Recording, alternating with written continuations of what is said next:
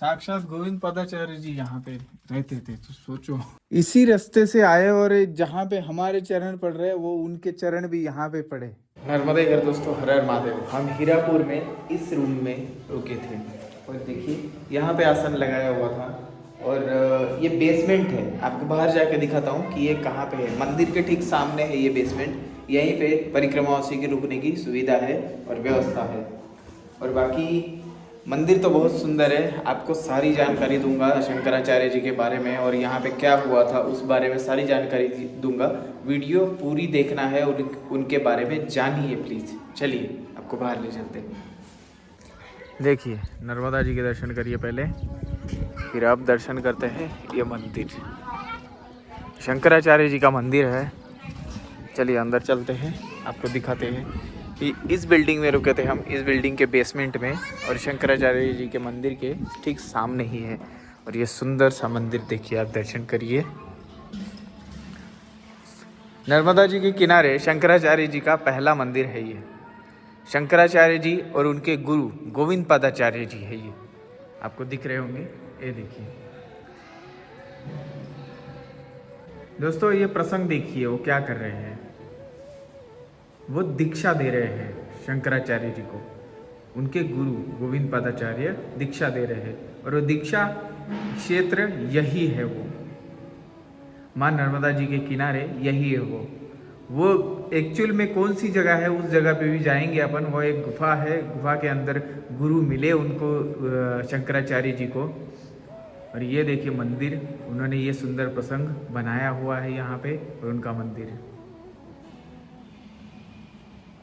ऐसा लग रहा है चित्र निकाला है, इतनी सुंदर प्रतिमा और इतनी सुंदर विग्रह बनाया हुआ है। दोस्तों इस प्रसंग के बारे में मैं इतना कुछ बताने वाला हूँ, आपको नई नई बातें पता लगेंगी। और ये प्रसंग मेरे लिए बहुत महत्वपूर्ण है, क्योंकि शंकराचार्य जी का देह कहाँ रखा गया था। उन्होंने ब्रह्मलीन हुए थे केदारनाथ, मेरे गुरु स्थान पे। और इनसे बहुत लगाव है मुझे और इनसे बहुत कुछ सीखा है मैंने शंकराचार्य जी के जीवनी से। बहुत सुंदर और बहुत निश्चल ऐसा उनका चरित्र है। और ये जगह मेरे लिए कितनी मायने रखती है वो मुझे ही पता है, ये जगह, क्योंकि मैं खुद गुरु शिष्य परंपरा से हूँ, मतलब नाथ परंपरा से हूँ। और गुरु शिष्य परंपरा नाथों में कितनी कड़क मानी जाती है ये आपको पता ही है। कलयुग का प्रथम चरण ही चल रहा था, तब धर्मों में बहुत वाद विवाद बढ़ गया था और बहुत ज़्यादा लड़ाइयाँ हो रही थी। उसी बीच में आदि श्री शंकराचार्य जी का जन्म हुआ लगभग 1200 साल पहले केरल के कालड़ी गांव में। उनके पिताजी का नाम है शिव गुरु भट्ट और माताजी का आर्यम्बा। बहुत कम उम्र थी उनकी, तभी शिव गुरु भट्ट जी की मृत्यु हो गई। अब अकेली माता को संभालते संभालते उनको 8 वर्ष पूरे हो चुके थे। अपने माताजी से अनुमति लेके ही आद्य गुरु शंकराचार्य जी ने संन्यास ले लिया था, 8 साल की उम्र में। सिर्फ इतनी कम उम्र में एक बच्चा 8 साल का चल पड़ा था संन्यास की राह पर। और वो काल स्वर्णमयी काल था, कलयुग का शुरुआती काल था। इसीलिए ये सारी चीज़ें शिवजी ने अपने हाथों से घड़ी थी। बहुत कुछ बदलने वाला था इस बालक के जन्म से। और वो संन्यास लेके नर्मदा जी के किनारे आए, तब यहीं पे उनको अपने गुरु इष्ट गोविंद पादाचार्य जी से मुलाकात हुई। गोविंद पादाचार्य जी यहीं पे तपस्या कर रहे थे, तब वो आए यहाँ पे। देखिए यहाँ पे आप 3 मूर्तियाँ देख रहे हैं। इनमें से पहले है ये वाले जो बैठे हैं, वो बद्रीनाथ जी है। और बीच वाले हैं गोविंद पदाचार्य जी और उनके बाजू में आदि श्री शंकराचार्य जी। और इन्हीं के पास में अभी फिलहाल वाले जगत गुरु शंकराचार्य जी थे। अभी उनका देहांत हो चुका है, ब्रह्मलीन हो चुके हैं स्वरूपानंद जी महाराज, जिन्होंने इस मठ की स्थापना की थी, ये मंदिर बनवाया था। उन्हीं का एक गद्दी रखी गई है।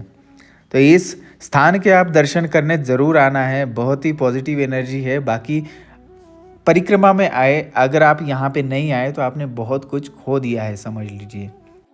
अब इस मंदिर के पीछे से होते हुए एक रास्ता जाता है गुफा की तरफ। उसी रास्ते पे आगे से आगे बढ़ेंगे हम।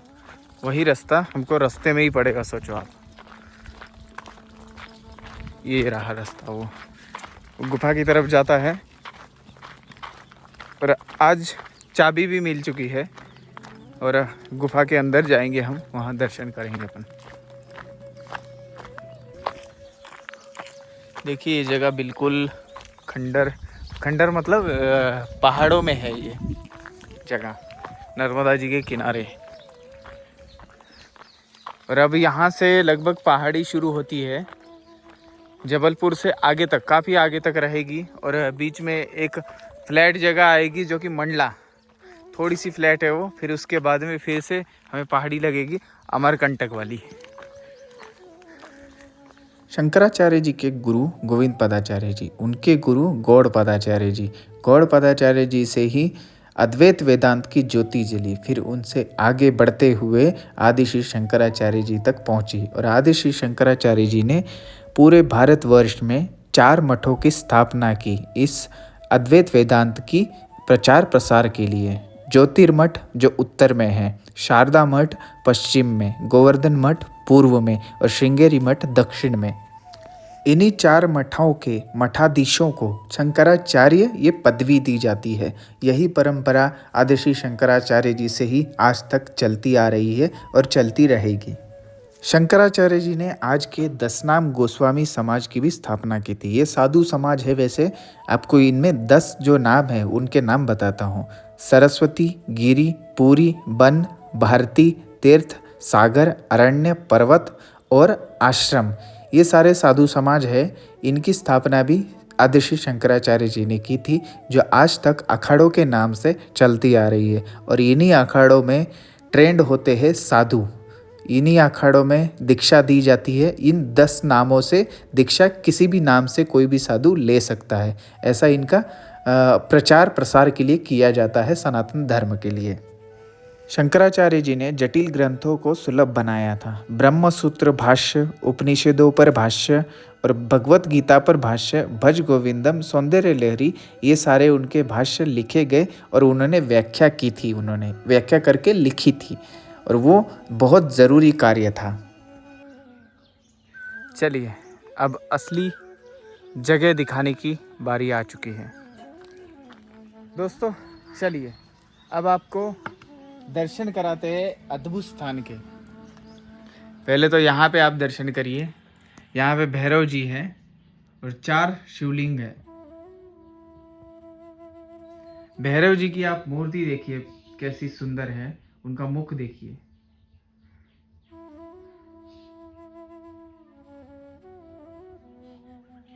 दोस्तों जो ये दर्शन करा रहा हूँ वो अद्भुत दर्शन है और ये इतने इजीली होने वाले नहीं है, क्योंकि पहुंचना बहुत मुश्किल है इधर।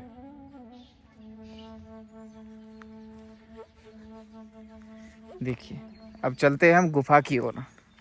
यहाँ ऊपर ये नया बनाया हुआ है, ये पुराना था, तो ये शिवलिंग बहुत पुराने हैं।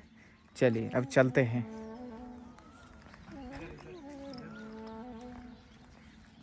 मैं पहली परिक्रमा जब करके गया था तब यहाँ पे गुफा के अंदर नहीं जा पाया था। यहाँ तक तो पहुँच गए थे, गुफा के अंदर हमें चाबी नहीं मिल पाई थी। फिर बाद में पता चला था कि चाबी यहीं पे ऊपर वाले आश्रम में है।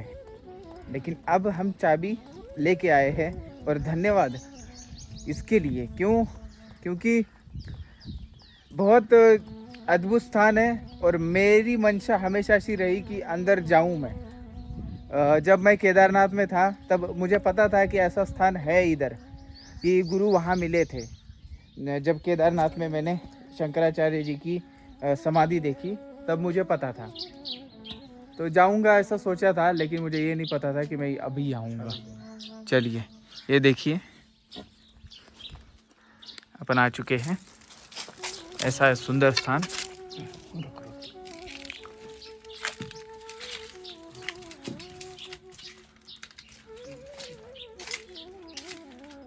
अब शांति से अंदर बढ़ते हैं।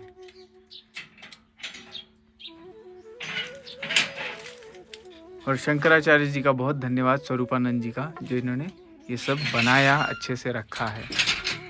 चलिए, अब हमारा इंतज़ार हो चुका है पूरा, अब बढ़ते हैं अंदर। देखिए कितनी गहरी है।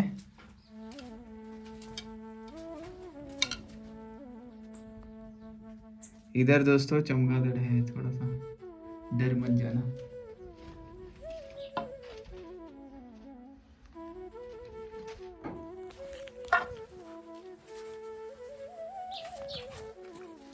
दिख रहा मैं? शंकराचार्य जी की सबसे सुंदर रचना मुझे लगती है, मतलब अंतरात्मा तक उतरने वाली रचना है निर्वाण षटकम। निर्वाण षटकम आप एक बार ज़रूर सुनिए और उसे पढ़िए और उसको समझने की कोशिश करिए। मेरे कहने पे एक बार, जिसको निर्वाण षटकम नहीं पता है वो जल्दी से इंटरनेट पे सर्च कीजिए निर्वाण षटकम। इसके अलावा आदि श्री शंकराचार्य जी के 10 उपनिषद पे जो भाष्य किया था वो भी मुझे बहुत ज़्यादा अच्छा लगता है। उनमें से सारे तो नहीं पढ़ सका, लेकिन कुछ पढ़े हैं। लेकिन 10 के नाम मैं बता देता हूँ। ईश, कैण, कट, मुंडक, मांडुक्य, तैत्तिरीय, ऐतरेयी, छांदोग्य और बृहदारण्यक, ये 10 उपनिषदों पर भाष्य है उनके, जो मेन 10 है। ठीक है। उसके बाद में अगर आपको आत्मज्ञान और वैराग्य के प्रति बहुत ज़्यादा उत्कंठा है या फिर जानने की कोशिश कर रहे हैं इस 2 विषयों पे, तो उनका विवेक चूड़ामणि ग्रंथ ज़रूर पढ़िए आप। इसमें बहुत सारी चीज़ें, वैराग्य के बारे में तो बहुत सारी चीज़ें बताई गई है। और जो शंकराचार्य जी का पूरा लाइफ का ज्ञान है, उन्होंने जो लिया वैराग्य और आत्मज्ञान पे, वो उसमें लिखा गया है, उन्होंने भाष्य किया था इस पे। ठीक है। तो ये आपको ग्रंथ ज़रूर पढ़ने चाहिए उनके, मेरे कहने पे ही पढ़ लीजिए कम से कम।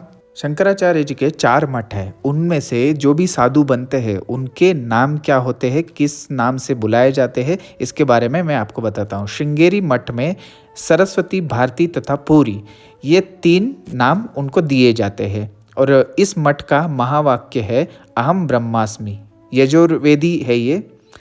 और उसके बाद में गोवर्धन मठ, गोवर्धन मठ के जो सन्यासी होंगे उनका नाम आता है अरण्य। इस मठ का महावाक्य है प्रज्ञानम ब्रह्मा, और ये ऋग्वेद के अंतर्गत आता है। अगला है शारदा मठ। शारदा मठ में तीर्थ और आश्रम संप्रदाय आते हैं दोनों, और इनका महावाक्य है तत्वमसि, ये सामवेद के अंतर्गत आता है। अगला है बद्रिकांचल, बद्रिकाश्रम जिनको बोला जाता है, इसमें गिरि, पर्वत, सागर, ये 3 आते हैं सन्यासी इसमें। इनका महावाक्य है अयम आत्मा, और ये अथर्ववेद के अंतर्गत आते हैं। इन 4 मठों के अलावा तमिलनाडु में स्थित कांची मठ, ये भी शंकराचार्य जी के द्वारा स्थापित किया हुआ माना जाता है, और ये विवाद का विषय है। भारतवर्ष में अब तक जितने भी ज़्यादा से ज़्यादा साधु हुए इन्हीं 10 नामों में से ही हुए, और इनके अलावा बहुत सारे और भी संप्रदाय है, उनसे भी साधु सन्यासी आते हैं। और कुछ साधु स्वतंत्र साधु भी माने जाते हैं, वो किसी भी संप्रदाय से जुड़े नहीं रहते हैं ज़्यादा देर तक। हालांकि उनके गुरु उसी संप्रदाय से होते हैं, लेकिन वो स्वतंत्र रहते हैं, किसी भी मठ या मंदिर या फिर आश्रम में नहीं रहते, इसलिए वो स्वतंत्र रहते हैं। दोस्तों, मैं तो हो चुका हूँ धन्य इस स्थान पे आके। इस स्थान पे आके कैसा लग रहा है मैं शब्दों में बयां नहीं कर सकता, और बहुत अच्छा लग रहा है, बहुत अच्छा लग रहा है। और ऐसा लग रहा है यहीं पे बैठ जाए, और यहाँ पे ऑक्सीजन भी है, सब कुछ है, और एक शांत है, ऐसा दिमाग एकदम सुन पड़ गया है। सोचने समझने की शक्ति यहाँ पे खत्म हो जाती है, और एक अलग ही ऊर्जा है।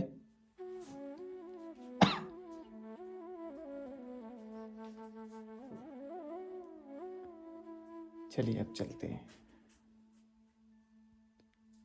हर हर महादेव। आदेश आदेश आदेश।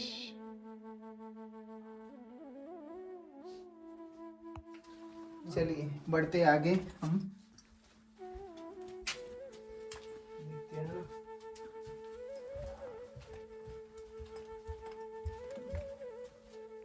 बहुत शांत और ऐसे टेढ़ी सी हुई है गुफा, ऐसे तिरछा होके जाना पड़ता है और झुक के जाना पड़ता है। बहुत ही सुंदर। साक्षात गोविंद पदाचार्य जी यहाँ पे रहते थे, तो सोचो। और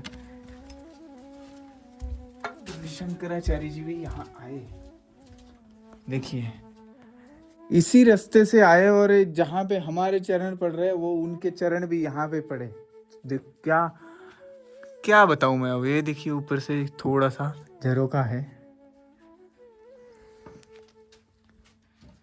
ऐसे स्थान मिलते हैं तो कभी कभी मिलते हैं और बहुत नसीब लगता है ऐसे स्थानों पे आने के लिए। इसलिए मैं बोलता हूँ परिक्रमा में आओ तो ऐसे स्थानों पे ज़रूर जाइए, फिर दर्शन नहीं होने ऐसे स्थानों के।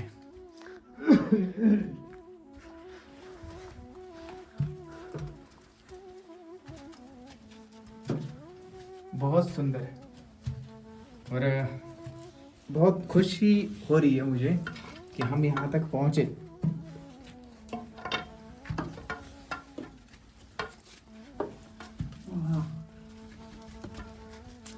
वाह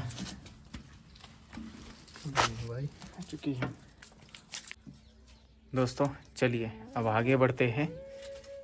हर हर महादेव, नर्मदे हर, आदेश आदेश आदेश। ये है गोविंद पदाचार्य और शंकराचार्य जी की गुफा। चलिए अब ऊपर चलते हैं और हम आगे बढ़ते हैं परिक्रमा में। वो मंदिर शंकराचार्य जी का, और हम यहीं से आए थे अभी।